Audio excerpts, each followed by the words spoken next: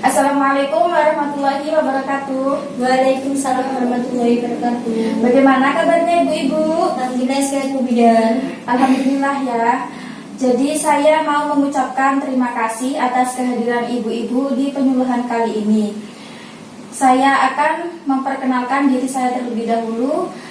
Saya Yuniara Rosa Aziza, bisa dipanggil dengan Yuniara.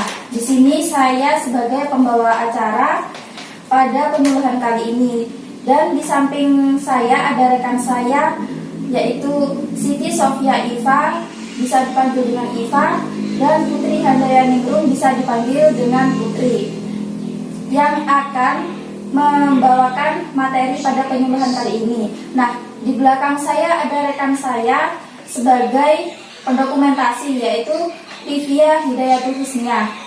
Langsung saja pada penyuluhan kali ini, untuk menyingkat waktu, saya serahkan kepada rekan saya, Iva, dipersilakan. Assalamualaikum warahmatullahi wabarakatuh. Selamat pagi ibu-ibu. Waalaikumsalam warahmatullahi wabarakatuh. Pagi. Perkenalkan, nama saya Bidan Iva.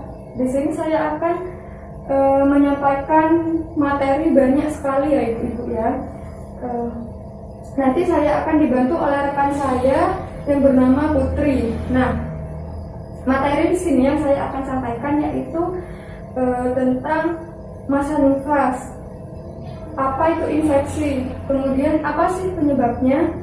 Kemudian cara merawat luka perineum atau yang biasa ibu-ibu sebut dengan luka jahitan pada vagina.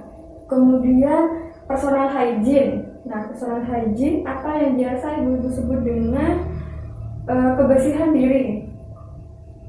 Nah, banyak sekali ya materi yang saya akan sampaikan. Pasti ibu-ibu semua ini berpikir, kenapa sih Bu Bidan memberi materi sebanyak ini? Capek Bu Bidan yang mau dengerin. Jangan ya ibu-ibu ya, jangan berpikir seperti itu. Materi ini sangat berguna dan sangat bermanfaat bagi ibu-ibu semua agar terhindar dari yang namanya infeksi. Nah, sebelum melanjutkan ke materi, saya akan memberikan kuis terlebih dahulu ya ibu-ibu ya. Sebentar ya. Ini Bu. Ini Bu. Nah, kuis di sini diisi sesuai dengan pengetahuan ibu-ibu semua. Nah, tujuannya agar petugas kesehatan mengetahui seberapa jauh sih pengetahuan ibu tentang infeksi dan masa nifas. Nah, dijawabnya dengan jujur ya ibu-ibu. Cara menjawabnya yaitu gampang. Ibu-ibu baca soalnya, kemudian beri tanda centang pada kolom iya atau tidak. Nah, sesuai dengan pengetahuan ibu-ibu semua. Paham ya ibu-ibu? Nah, silakan dijawab terlebih dahulu Bu. Dikerjakan soalnya.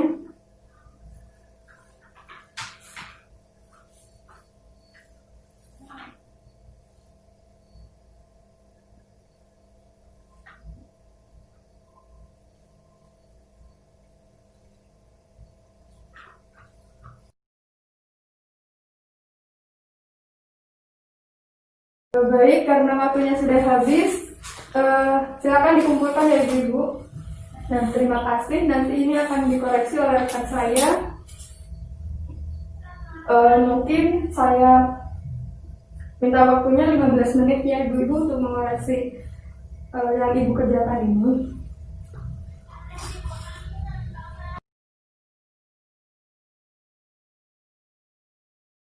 Sudah dikoreksi oleh rekan saya. Ternyata hasilnya rata-rata ibu-ibu masih belum paham tentang nifas, infeksi, cara merawat perineum, itu masih belum paham ya ibu-ibu. Tapi jangan khawatir ya, nanti saya akan menjelaskan semua pada ibu-ibu agar ibu-ibu tahu tentang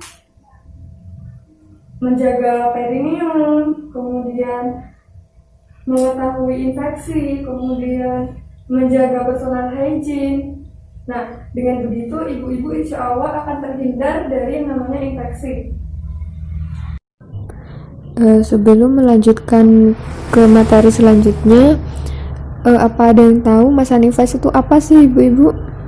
Masa nifas adalah masa setelah melahirkan. Biasanya kalau menurut agama Islam berlangsung selama 40 hari atau setelah darah berhenti.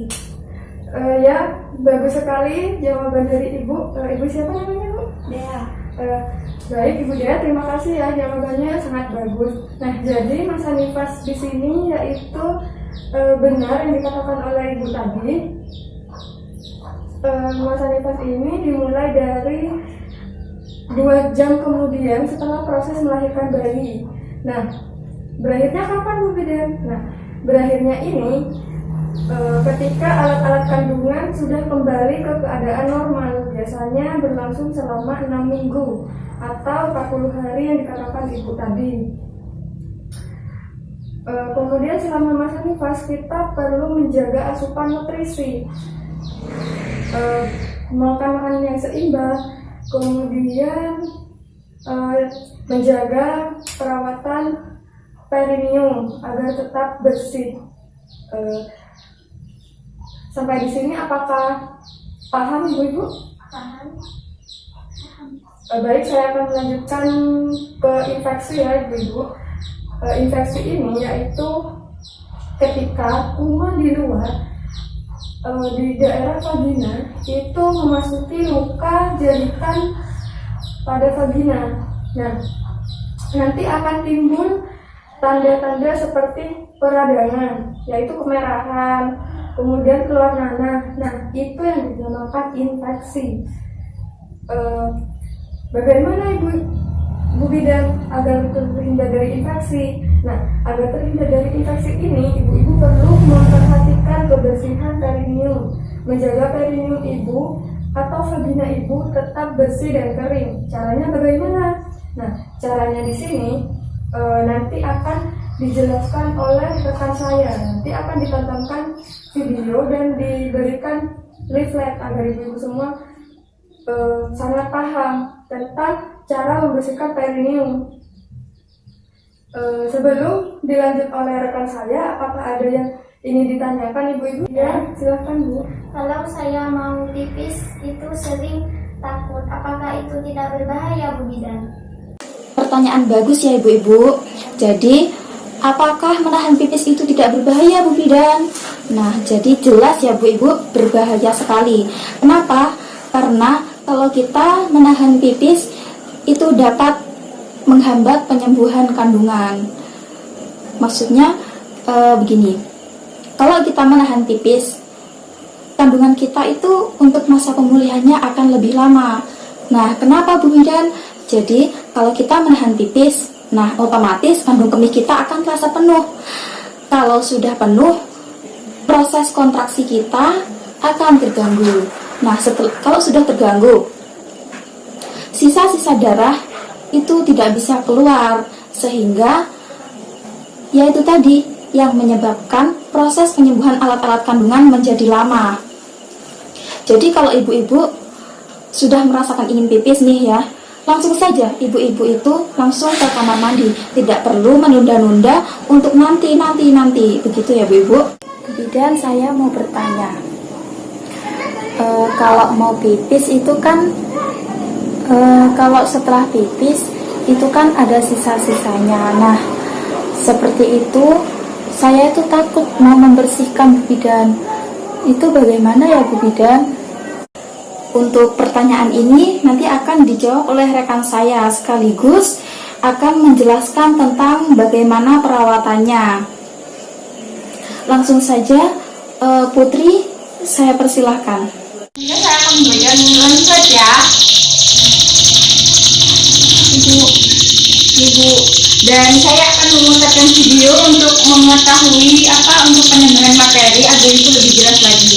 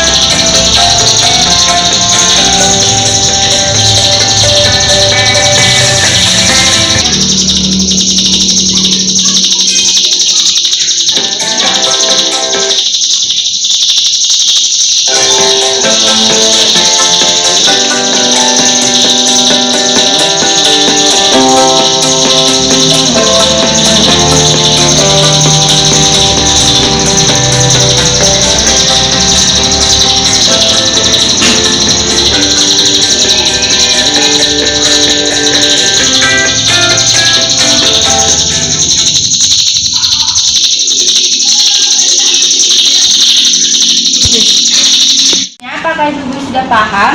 Paham. Baik ibu-ibu, apa ada yang mau ditanyakan lagi?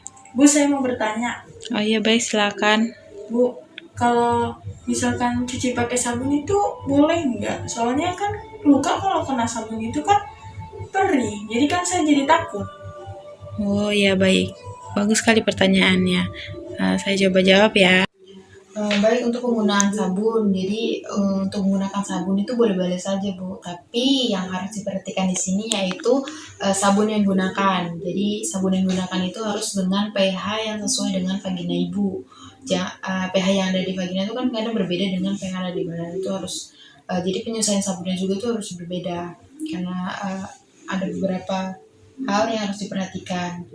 Jadi kayak pakai sabun-sabun itu sudah banyak merek-merek yang dijual untuk sabun-sabun kewanitaan agar lebih menjaga pH sabun. Itu juga biasanya nggak perih gitu karena pH-nya kan sesuai. Tuh. Jadi seperti itu, apakah Ibu paham? Iya Bu, paham. Apa ada yang mau bertanya? Tidak ada Bu.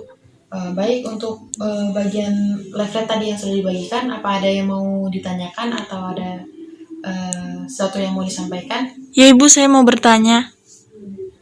Bu, di sini dikatakan protein itu baik untuk penyembuhan. Kenapa sih harus banyak mengonsumsi protein? Oh iya baik. Nah, bagus sekali pertanyaannya Ibu. Kenapa sih harus protein? Kenapa yang disolusikan harus protein lebih banyak?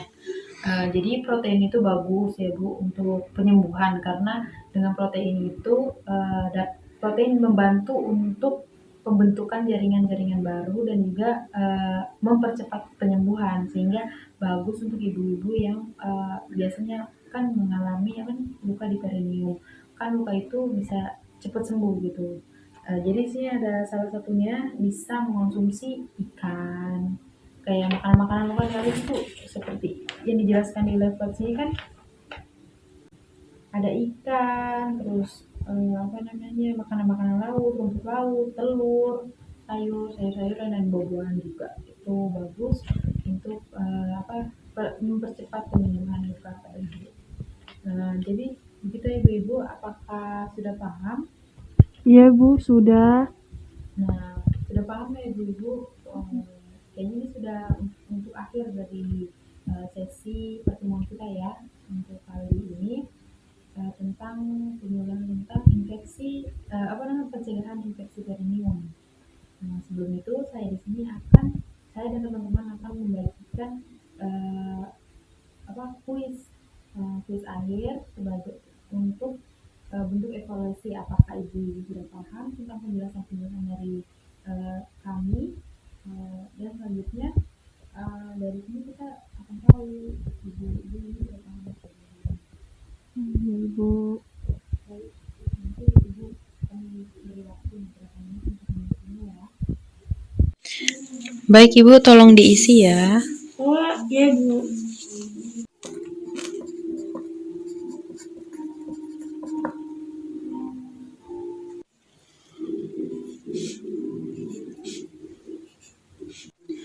Baik ibu-ibu, ini hasil kuisnya udah keluar ya. Wah, ini bagus-bagus semua ini.